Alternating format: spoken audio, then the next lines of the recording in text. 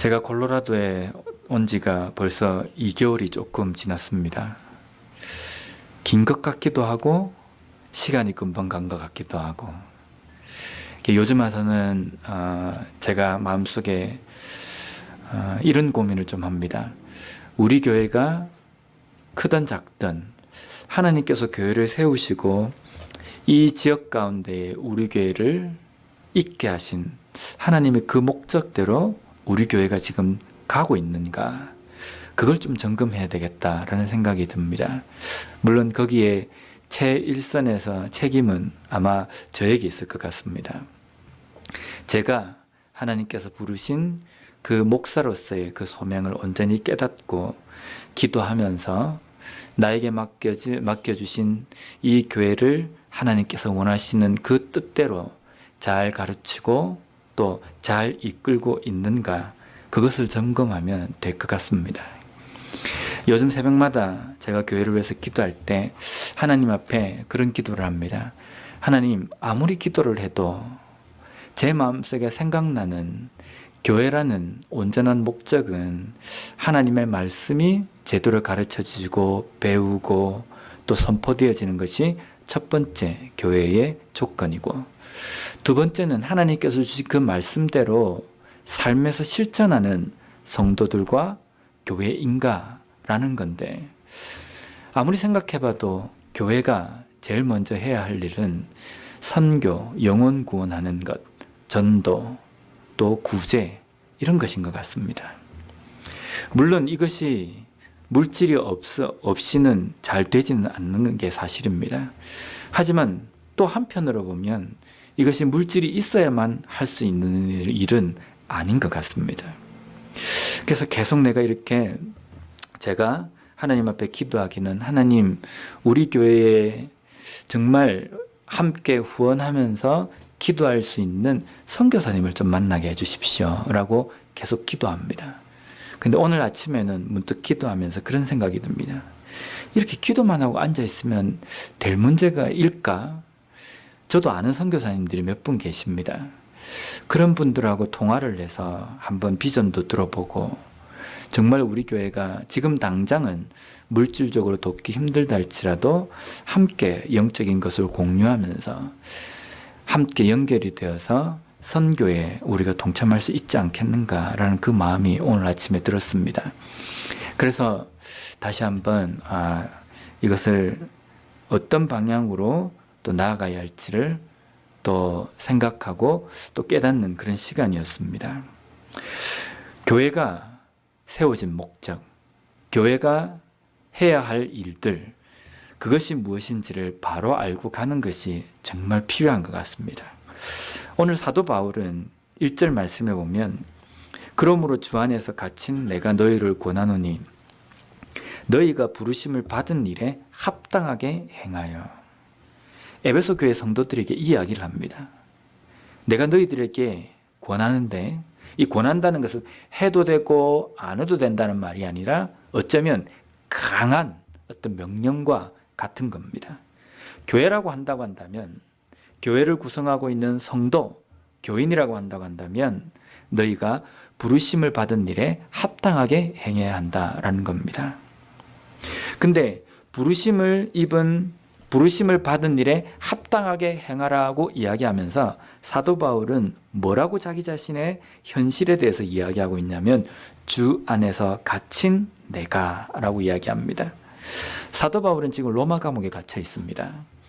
사도 바울이 로마 감옥에 갇혀 있는 이유가 무엇이냐면요, 다메섹 도상에서 예수님께서 사도 바울을 부르십니다. 내가 너를 이방의 복음 증거자로 내가 너를 세웠다. 그 소명을 받고 사도 바울은 그것을 위해서 이방의 복음을 증거하다가 지금 로마 감옥에 갇힌 겁니다.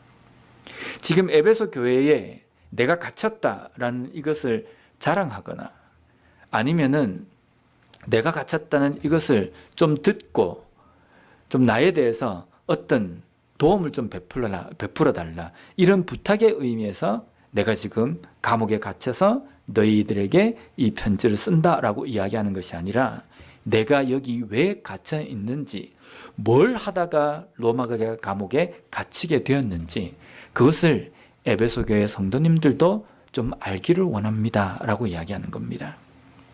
그리고 적어도 이 편지를 읽고 있는 에베소 교회 성도들도 나처럼 부르심을 받은 그 일에 합당하게 행하는 삶을 살기를 원합니다 라고 지금 명령하고 함께 선포하고 또 권면하고 있다는 겁니다. 사도 바울은 빌립보서 1장 20절 말씀에 이렇게 고백했습니다. 나의 간절한 기대와 소망을 따라 아무 일에든지 부끄러워하지 아니하고 지금도 전과 같이 온전히 담대하여 살든지 죽든지 내 몸에서 그리스도가 존귀하게 되게 하려 하나니. 사도 바울은 자신의 삶에서 어떠한 일을 하든지 내 삶을 통하여서 오직 한 가지 예수 그리스도가 존귀하게 되는 것이 나의 삶의 목적이다라고 고백하고 있습니다. 내가 세상 사람들이 부러워하든지 아니면 세상 사람들이 나를 보면서 업신여기든지 때로는 세상 사람들이 칭찬하든지 때로는 세상 사람들이 조롱한다 할지라도 어떤 위치에 있다 할지라도 내 삶을 통해서 나는 조롱받고 다른 사람들이 나에 대해서 어떻게 좋지 않게 생각한다 할지라도 내 삶을 통해서 예수 그리스도가 존귀하게 되기를 원한다라고 삶의 목적을 분명하게 빌립보 교회에게 선포하고 있습니다. 그렇다고 한다면 이 사명은 사도 바울에게만 국한된 것이 아니라 에베소 교회 성도들 각자에게 또 이 서신서를 읽고 있는 우리들에게도 주시는 사명입니다. 적어도 우리는 사도 바울처럼 감옥에 갇히거나 그렇지 않다 할지라도 적어도 우리의 삶에서는 우리의 삶을 통하여서 하나님의 영광을 드러내는 삶을 살고 있는가? 하나님께서 나를 그리스도인으로서 성도로서 부르신 그 목적대로 내가 살고 있는가? 우리는 매일매일 삶 속에서 우리가 점검해야 될 것 같습니다. 또한 우리 한 사람 한 사람 성도가 모여 있는 우리 교회가 하나님께서 우리 교회를 부르신 그 목적대로 우리가 달려가고 있는가? 한순간도 잊지 않고 점검하면서 나아가는 우리가 되었으면 좋겠습니다.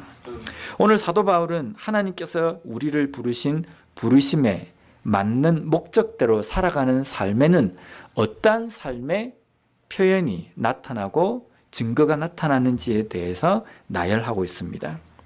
그 첫 번째는 겸손입니다. 우리가 보통 겸손 이러면 내가 가지고 있지만 안 가진 척, 내가 똑똑하지만 좀 안 똑똑한 척, 내가 좀 잘났지만 좀 못난 척 하는 것을 우리가 겸손이라고 이야기합니다.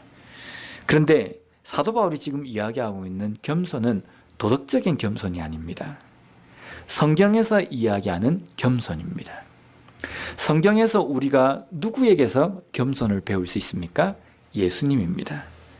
스가랴 9장 9절 말씀에 보면 시온에 따라 크게 기뻐할지어다 예루살렘에 따라 즐거이 부를지어다 보라 내 왕이 내게 임하시나니 그는 공의로우시며 구원을 베푸시며 겸손하여서 나귀를 타시나니 나귀의 작은 것 곧 나귀 새끼니라. 우리가 고난주간에 이 말씀을 묵상했습니다. 이것은 예수님의 겸손이다, 메시아의 겸손이다 라고 우리에게 지금 선포하고 있는 겁니다. 예수님의 겸손은 어떤 겁니까? 마차를 탈 수 있지만 화려한 그 군대 행렬을 이끌고 들어올 수 있지만 겸손하게 나귀 새끼를 타셨다. 있지만 없는 척을 한 것이 아닙니다. 지금 그것을 이야기하는 것이 아니라 예수님은 하나님이십니다. 하나님이신 분이 초라한 인간의 몸을 입고 이 땅에 오셨습니다. 오셔서 예루살렘으로 입성하십니다. 그 입성은 곧 겸손입니다. 예수님께서 예루살렘에 왜 입성하셨습니까? 한 가지입니다. 영혼을 구원하시기 위해서입니다. 하나님이 하나님의 자신의 신적인 그것을 주장하고 내가 신인데 어떻게 내가 하찮은 인간을 위해서 내가 이 땅에 오며 죽을 수 있느냐? 만약 그렇게 생각하고 그렇게 하셨다고 한다면 아마 십자가의 구원의 사역은 우리에게 오지 않았을 겁니다. 예수님께서는 겸손하여서 신이심에도 불구하고 인간의 몸을 입고 이 땅에 오셔서 예루살렘에 죽기 위해서 들어가신 그 겸손이 있으셨기 때문에 우리가 구원받았다라는 겁니다. 하나님의 겸손, 예수님의 겸손은 영혼을 구원하는 겸손이었습니다. 우리의 겸손은 어떻습니까? 우리는 어떻게 겸손합니까? 교회에서 우리는 겸손하다라고 이야기합니다. 내가 좀 신앙의 연륜이 좀 됐지만 새가족들이 뭔가 일을 하려고 하면 내가 용납하고 하라고 양보를 하고 그 사람들을 섬긴다. 좋습니다. 근데 우리의 겸손은 한계가 있는 것 같아요. 한 번, 두 번 겸손했다가 겸손하면서 은근히 우리의 마음속에는 나를 좀 알아줬으면 하는 생각이 듭니다. 몇 번이고 내가 겸손하게 내가 했는데 아무도 몰라주면요. 누가 좀 알아주기를 바라면서 은근히 그것을 내세우는 어떤 한계 상황이 딱 도달합니다. 그 한계 상황이 되어서 나 자신을 확 나타내버리면 그것이 또한 교만이 되어버립니다. 우리가 하는 이 교만은 어떤 교만이 되어버리냐면 영혼을 잃어버립니다. 어떤 교회에 제가 인터넷에서 어떤 목사님의 이야기를 들었는데 한 교회에 새가족인 청년이 등록을 했답니다. 그래서 그 청년이 새가족 교육을 하다가 그 청년이 이전에 다니던 교회에 대해서 이야기를 하더랍니다. 그래서 어떻게 하다가 그 이전에 다니던 교회에서 우리 교회로 옮겨왔습니까? 라고 하니까 그 청년이 이렇게 이야기를 하는 겁니다. 이전에 다니던 교회에서 새가족 공부를 하는데 1과부터 쭉 진행하다가 마지막 과에 보니까 제일 끝부분에 이런 항목이 있었답니다. 새가족은 우리 교회 성도는 이것도 지켜야 되고 이런 의무 조항이 있는데 마지막에 딱 보니까 담임 목사 말에 절대 복종하기 이런 게 있더랍니다. 청년이 그것을 읽고 아무리 생각해도 이것은 아니라는 생각이 들었답니다. 그래서 도저히 이 교회는 아닌 것 같다라고 생각하고 다른 교회로 옮겼다는 겁니다. 대놓고 이렇게 글을 적는 교회는 없습니다. 아마 몇몇 교회는 있다고 합니다. 그런데 아직까지는 제가 목격하지는 않았습니다.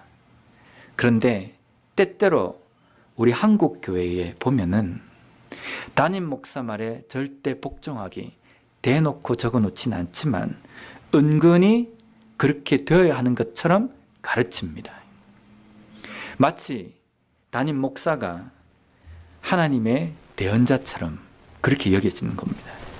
그래서 담임 목사의 말에 딴지를 걸면 무슨 마귀처럼 취급하고 사탄처럼 취급합니다. 이것은 교만입니다. 이 교만은 사람을 교회 밖으로 쫓아내버립니다. 분명히 예수님께서는 자신의 신적인 권위를 포기하시고 인간의 몸으로 오시는 거기에까지 종의 형체로까지 섬기시며 겸손하셨습니다. 그런데 그 겸손을 본받아야 되는 목사가 어떻게 성도들에게 내 말에 절대 복종해야 한다 그렇게 말할 수 있습니까? 또한 우리가 우리의 삶에서 목사뿐만 아니라 신앙생활하면서 이런 과오를 충분히 범할 수가 있습니다. 내가 장로기 때문에, 내가 권사기 때문에, 내가 집사기 때문에, 내가 나이가 많기 때문에, 신앙의 연륜이 오래되었기 때문에 이 말은 잘 따라야 한다 라고 만약에 주장한다고 한다면 어쩌면 그것으로 인해서 누군가가 상처를 받고 시험에 들어서 신앙생활을 멈춘다고 한다면 예수님께서 우리에게 보여주신 그 겸손으로 영혼 살리는 그 겸손을 우리가 본받지 않는 겁니다. 오히려 예수님은 영혼을 살리기 위해서 겸손하셨는데 우리는 영혼을 잃게 만드는 교만의 그 선 위에 서 있는 것과 똑같다는 겁니다. 두 번째 우리가 닮아야 하는, 우리가 가져야 하는 덕목은 온유입니다. 사실 저는 어릴 때부터 온유라는 이 말을 들어도 도대체 온유가 뭘까라는 생각이 참 많았습니다. 근데 한 1여 년 전에 제가 이 본문을 제가 준비하면서 아주 오래전에 박윤선 박사님이라는 분이 주석을 쓰셨는데 그 주석에 이 에베소서에 나와 있는 온유를 설명하시는 것이 제 마음에 확 와닿았습니다.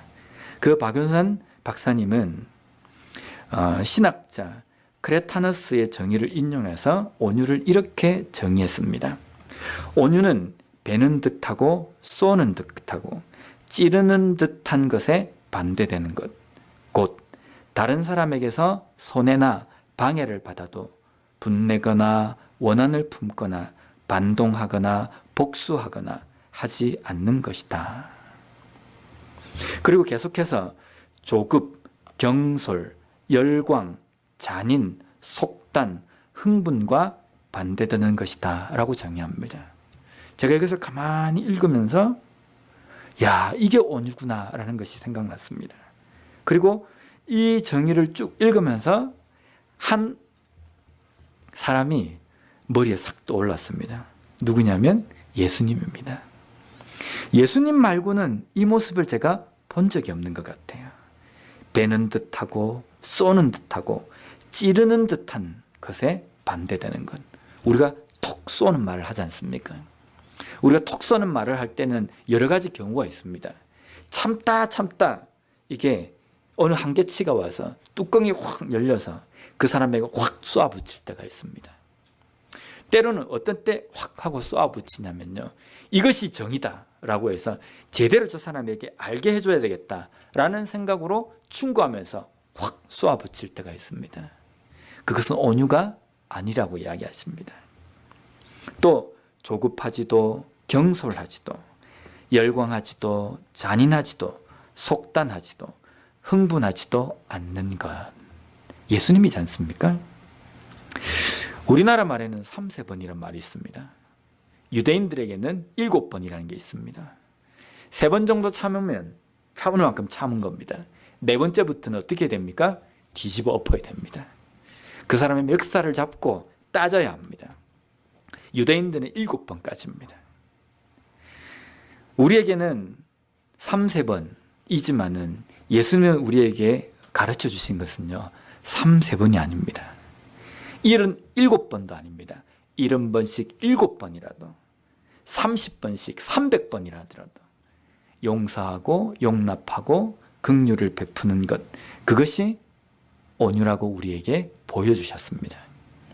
예수님은 자신을 향해서 침뱉고 저주하고 때리고 욕하는 사람들을 그들에게 원한을 가지거나 내가 복수를 해야 되겠다, 어떻게 하면 저 사람들을 내가 원수를 갚을 것인가, 이렇게 하시지 않고 오히려 끝까지 묵묵하게 참으셨습니다. 그냥 흥분하지도 그 사람들에게 쏘아붙이지도 않으셨습니다. 온유하신 것을 우리에게 보여주셨습니다. 그 온유한 모습에 대해서 이사야 53장 7절에는 이렇게 예언하셨습니다.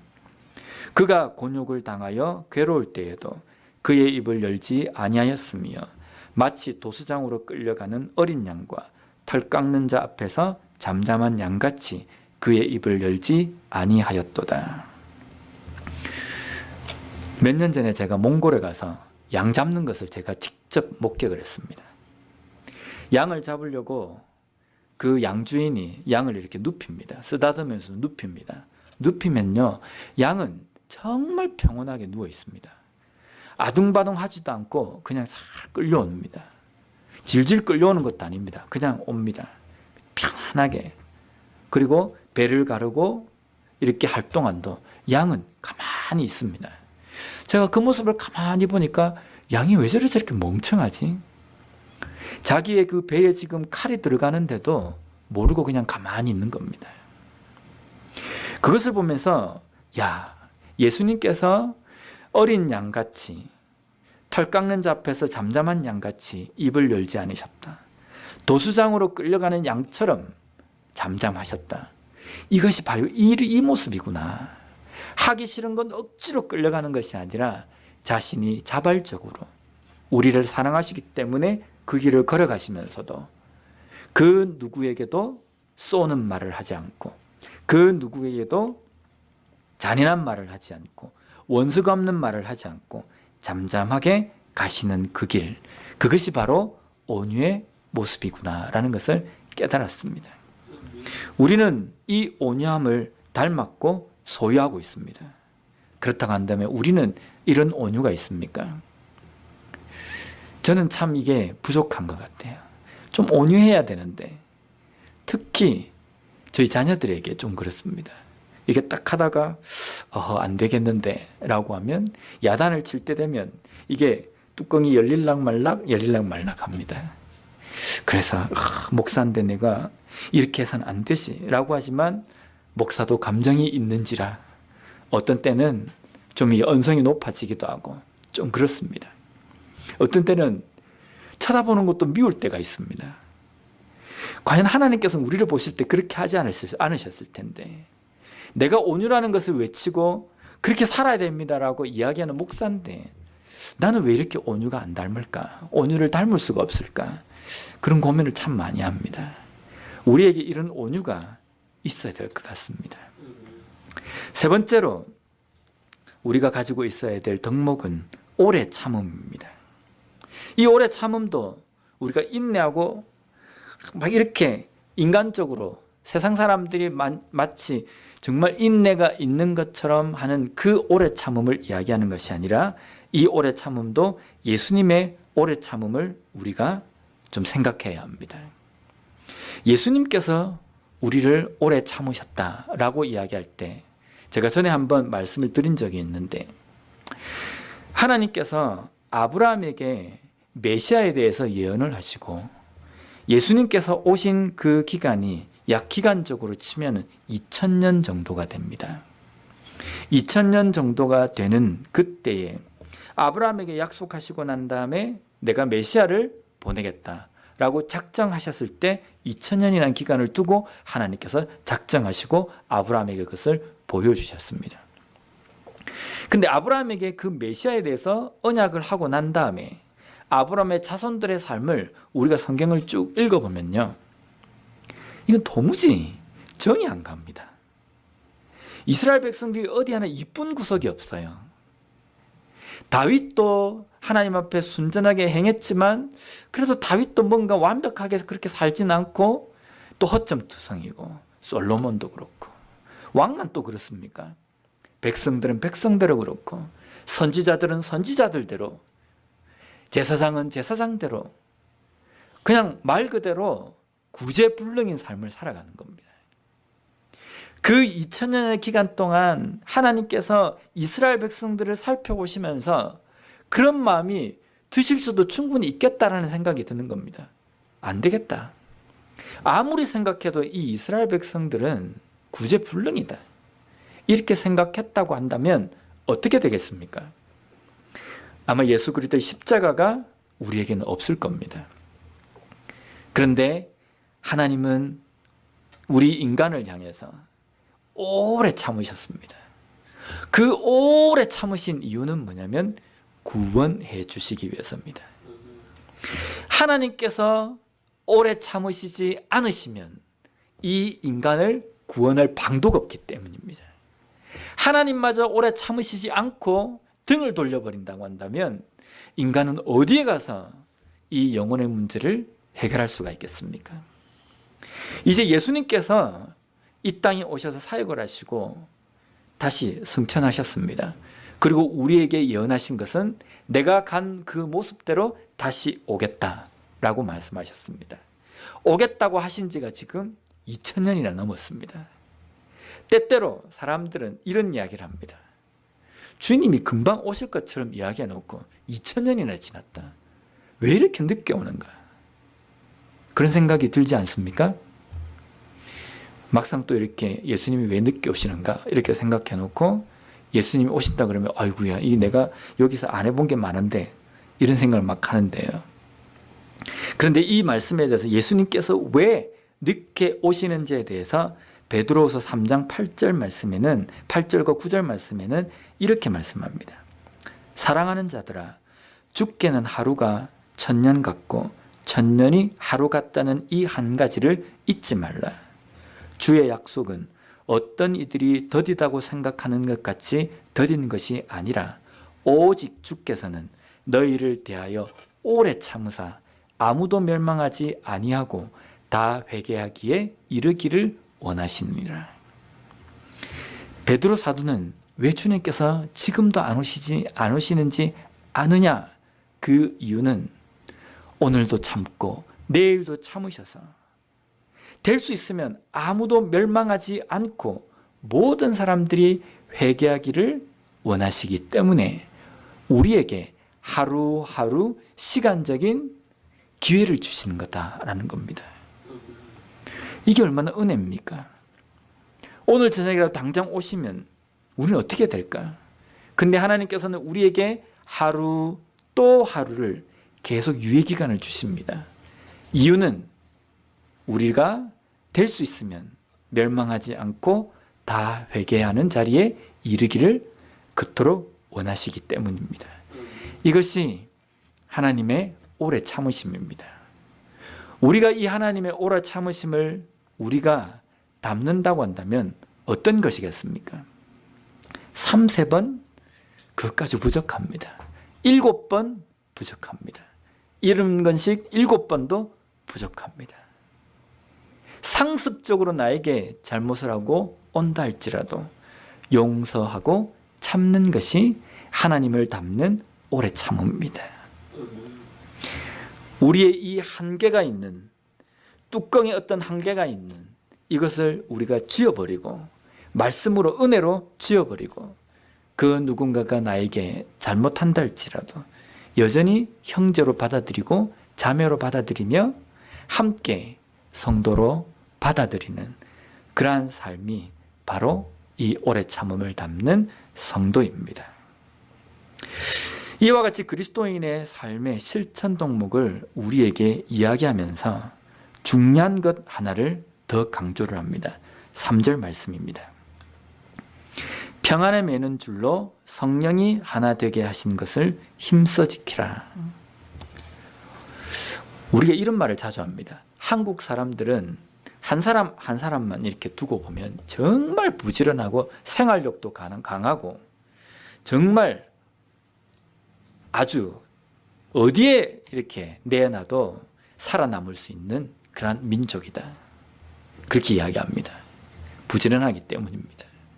그런데 이 한국 사람을 모아놓으면 난리가 난다. 이 이야기를 합니다.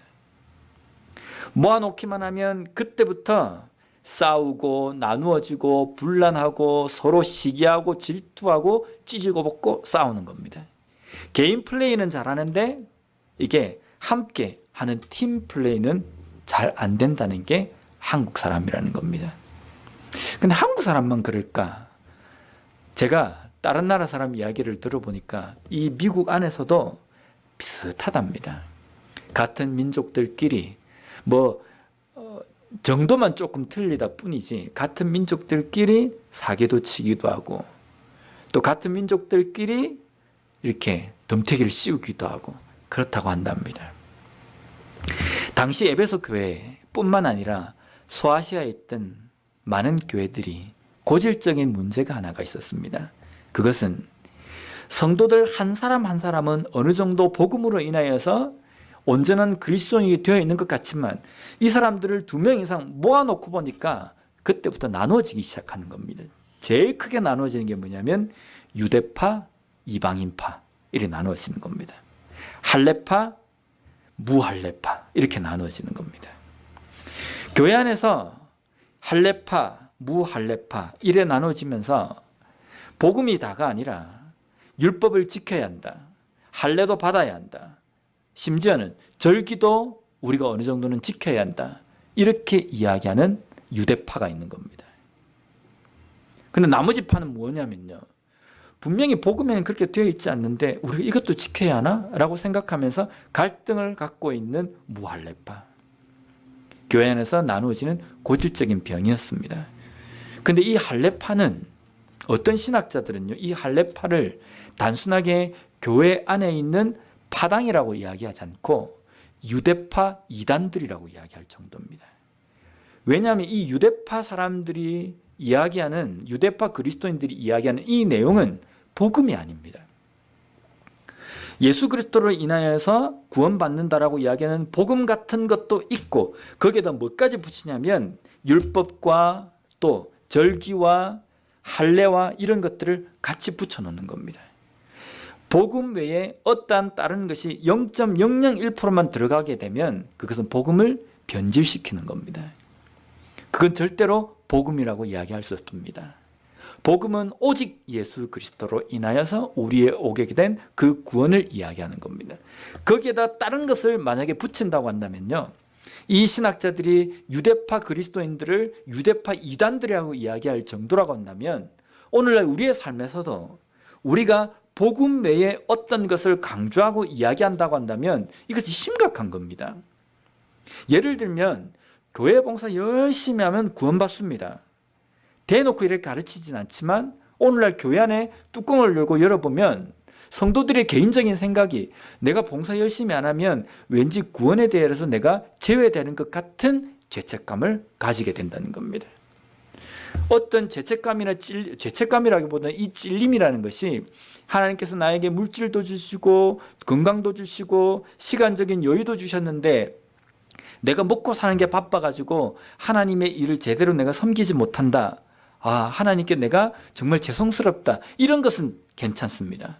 근데 봉사를 열심히 안 하면 마치 구원에 대해서 제외되는 것처럼, 믿음이 없는 사람인 것처럼 은근히 가르치고 강조하는 교회, 또 헌금생활 제대로 하지 않으면 마치 하나님께 인정을 못 받는 것처럼 이야기하기도 합니다. 근데 우리가 생각할 때 그런 생각이 들지 않습니까? 내가 나에게 이런 물질을 주셨는데 이 물질을 내가 너무 아깝게 생각하고 하나님께 바치는 것도 내가 발발발 뜨면서 내가 헌금을 드린다라고 한다면 그 나에게 있는 그러한 마음입니다. 구원받은 백성으로 나에게 이러한 것들을 허락해 주셨는데 내가 하나님 앞에 어떻게 이렇게 아깝다는 생각이 들까? 아직까지 나는 멀었구나. 이런 생각을 하면 되는데 내가 헌금을 제대로 안 하면 내가 구원을 못 받는다. 그래서 구원을 받기 위해서 내가 헌금생활 열심히 하고, 구원에 대해서 내가 떨어져 나가지 않기 위해서 교회 출석 열심히 하고, 만약에 이런 식으로 가르치거나 아니면 이런 식으로 생각하고 신앙생활을 한다고 한다면 이것은 복음이 그 마음 가운데 제대로 자리 잡고 있지 않는 겁니다. 그것은 복음도 아닙니다. 근데 오늘날 교회 안에 그러한 생각들이 지배적으로 있다라는 겁니다. 왜냐하면 이것으로 인하여서 내가 이러한 것들을 하기 때문에 그렇지 못한 사람과 금을 꺼버리는 겁니다. 근데 그 금을 허물기 위해서 오신 분이 예수 그리스도인데 우리 인간은 그 예수님께서 주신 그 은혜를 받아 먹으면서, 받아서 누리면서 다시 우리는 우리 나름대로 금을 또 긋습니다. 예수님께서 그 담을 다 허리셨는데 우리는 다시 거기에다가 담을 튼튼하게 세웁니다. 이렇게 하는 사람, 저렇게 하는 사람 나누어 버린다는 겁니다. 그래서 그리스도인들이 담고 가져야 될 이 실천 덕목이 있는데 이것과 함께 교회 안에서 하나로 평안에 매는 줄로 하나가 되어서 한 목적을 향해서, 부르심의 그 소망을 향해서 달려가야 한다라고 사도 바울은 에베소 교회에 강조하는 겁니다. 오늘 에베소 교회 성도들에게 권면하는 그리스도인의 이 바른 모습이 우리 교회에는 있는가? 또 교회를 구성하고 있는 우리 각자에게는 이 덕목이 있는가? 더 중요한 것은 이러한 개인 플레이가 잘 되고 있지만 교회 안에서 팀 플레이, 함께 우리에게 주신 이 지체들과 함께 하나가 되게 하신 그 하나 되게 하심을 온전히 쫓고 나아가고 있는가? 예수님께서 허무신 그 담을 우리도 여전히 헌 상태에서 함께 우리가 하나 되어서 신앙생활을 하고 있는가 돌아보고 점검할 필요가 있다는 겁니다. 오늘 우리에게 주신 이 말씀을 다시 한번 생각하면서 항상 예수님께서 어떻게 우리에게 보여주셨는지 그것을 잊지 않고 그 가신 걸음을 온전히 쫓아가는 온전한 제자로서의 삶을 살아가는 우리와 우리 교회가 되었으면 좋겠습니다. 기도하겠습니다.